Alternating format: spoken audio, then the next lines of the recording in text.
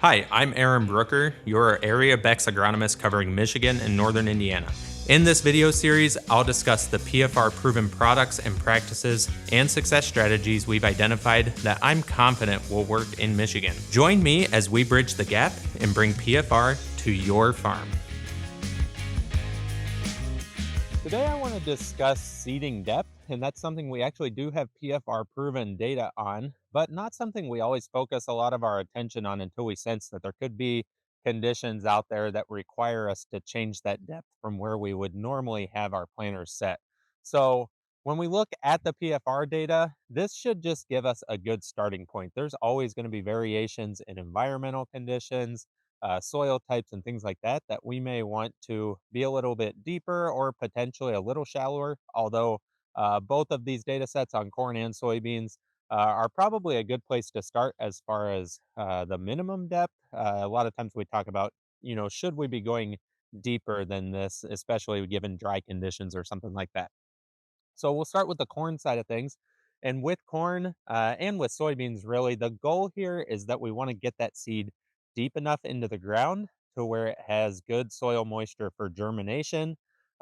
It's not going to dry out too soon, especially after it starts to germinate and then dry out. That can cause seedling or seed death there. But also, we want to not put it too deep into the soil so that it's going to struggle to get out of the ground, have too far to go and run out of seed reserves to push up out of the ground. So it's kind of finding that fine line there between the soil moisture and then going too deep, especially when we get into those drier conditions.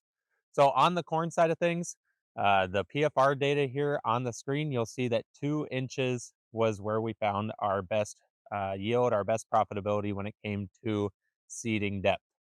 So that 2 inches, if we go shallower than 2 inches, we can actually struggle with getting good rooting. And even as we get later into the season, those brace roots getting down into the soil, we can struggle with standability, things like that, if we go too shallow. So, in most cases, an inch and a half is probably the shallowest I'm going to go. But I think 2 inches and sometimes even a little bit deeper is actually more acceptable when it comes to corn planting depth. When it comes to soil types, in those sandy soils, we often struggle, especially on that top layer of soil, to maintain consistent soil moisture, even down into that inch and a half range. So if we're at 2 inches or even two and a half, sometimes even 3 inches, because depending on the soil, those seeds don't struggle too much to get up out of the ground. Depending on where that soil moisture is, all of those seeding depths could be okay in a given situation. As we move into our heavier soil types, we start to have to think about how hard that seed's going to have to push through that soil to get that plant up out of the ground. And so, in most cases, we really don't want to be going deeper than 2 or 2.5 inches um, if we don't have a good reason to do so. On the soybean side of things, planting depth is very critical. The PFR data actually shows that 1.5 inches was our best seeding depth. Now, why is seeding depth so important on soybeans? Well, it's important for yield for a few reasons, but the big one is actually going to be the bacteria that form the nitrogen nodules. So these bacteria, they don't do very well in the top layer of soil, that inch or even beyond an inch of soil, where we have a lot of variability in moisture and a lot of variability in temperature, and that's not a very good environment for those bacteria.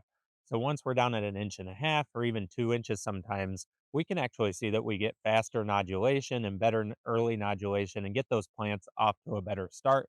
And that's part of why we see the success with this inch and a half. Same thing with the corn. You'll see that difference with sandy soils to our harder or our heavier soils, where those sandy soils, maybe we're on that average to deeper side of things. Those heavier natured soils, we want to be really careful with how deep we're going to put that seed, so that seed can get up out of the ground, get that plant up out of the ground, and that's going to be our big focus there.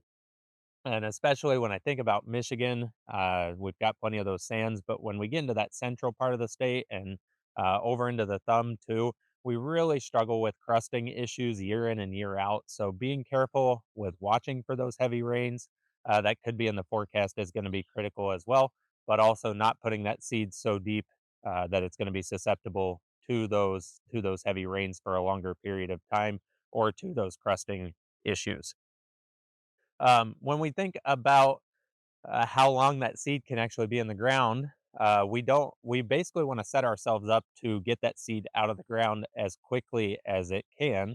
Um, as good as our Escalate seed treatment is, the longer that seed is in the ground, the more time it has to break that seed treatment down and to make us more at risk for pathogens, for insects, and things like that that are going to be attacking that seed. So that's always something we're going to want to be mindful of is how quickly that seed is going to get out of the ground. That's going to be driven by planting date and those temperatures, but also with that seeding depth and how deep we're placing that seed. And then last thing, when it comes to dry conditions, this comes up somewhere every year, some years more than others. And in those dry conditions, I've seen situations where we're putting that seed 2.5 and 3, and even sometimes deeper into the ground. And a lot of times we make it out okay with that, but it's really not ideal. And so, as much as possible, if we can be on that corn side in that 2.5 to 3 range, we really don't want to be pushing too many 3-inch seeding depths if we don't have to. And then on the soybean side of things, we don't want to be pushing those too deep as well. In those extreme situations, we might have to, if it's getting late in the season and we're dry and we might have to get that in. There could be exceptions, but we really don't want to put those seeds too deep in the ground if we don't have to. With that, if you have any further questions, please feel free to reach out. Thanks very much. Today I want